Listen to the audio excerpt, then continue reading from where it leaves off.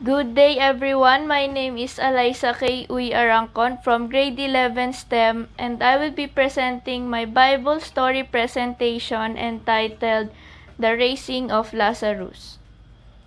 The Raising of Lazarus. Jesus liked to visit some friends who lived in a place called Bethany near Jerusalem. There were two sisters named Mary and Martha and their brother Lazarus. Once, Martha was bustling around preparing food, while Mary simply sat at Jesus' feet, listening to what he had to say. "Why don't you tell Mary to come and help me?"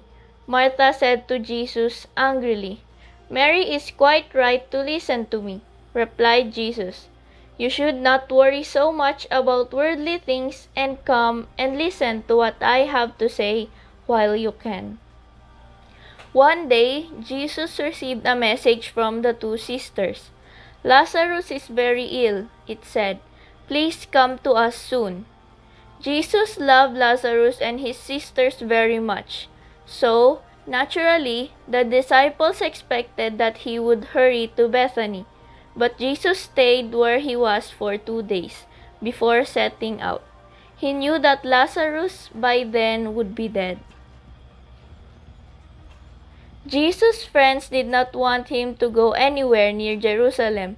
They knew that his enemies were there plotting against him.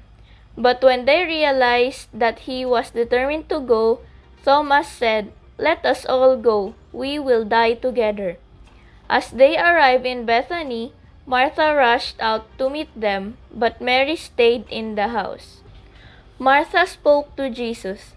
"If only you had been here, my brother would have not died." By then, Lazarus had been in his grave for 4 days. "Your brother will live again," Jesus told her. "I know that he will live again on the last day," said Martha.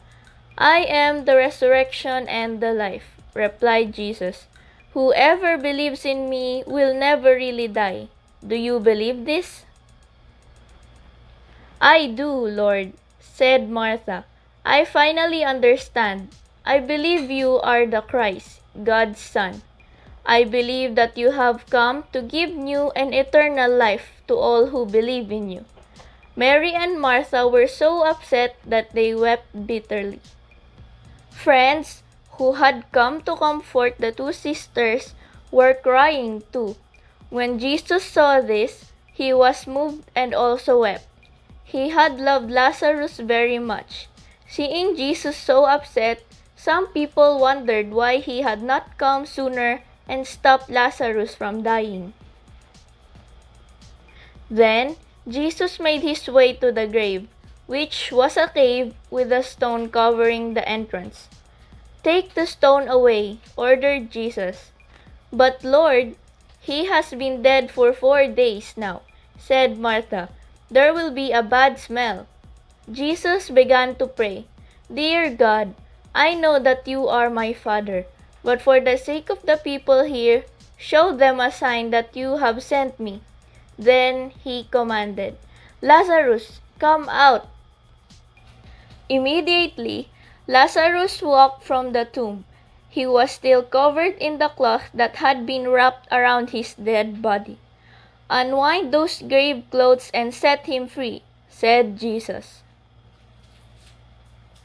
Many people who were present at this scene now truly believe that Jesus has been sent by God. But some people did not. They went to the chief priests and told them about the raising of Lazarus. The priests had a meeting. "Before long," they said, "everyone will believe in this man and follow him. Then the Romans will think we have started a rebellion." So, from then on, the priests began to plot Jesus' death. The raising of Lazarus happened before Jesus cured the 10 people with leprosy. Now, we will proceed to the top 3 moral lessons from the raising of Lazarus. The top 3 moral lessons from the raising of Lazarus. First, just as Mary and Martha called for Jesus to help, we should not hesitate to call on Him. Nothing is impossible to God, and we shouldn't hesitate to ask Him for anything. Second, Jesus is never late. His timing for everything is always perfect. As humans, we need to remember this truth and cultivate patience and trust. This virtue will help us withstand the storm of life. And finally, third, we can go to Him with our sorrows and frustrations in life.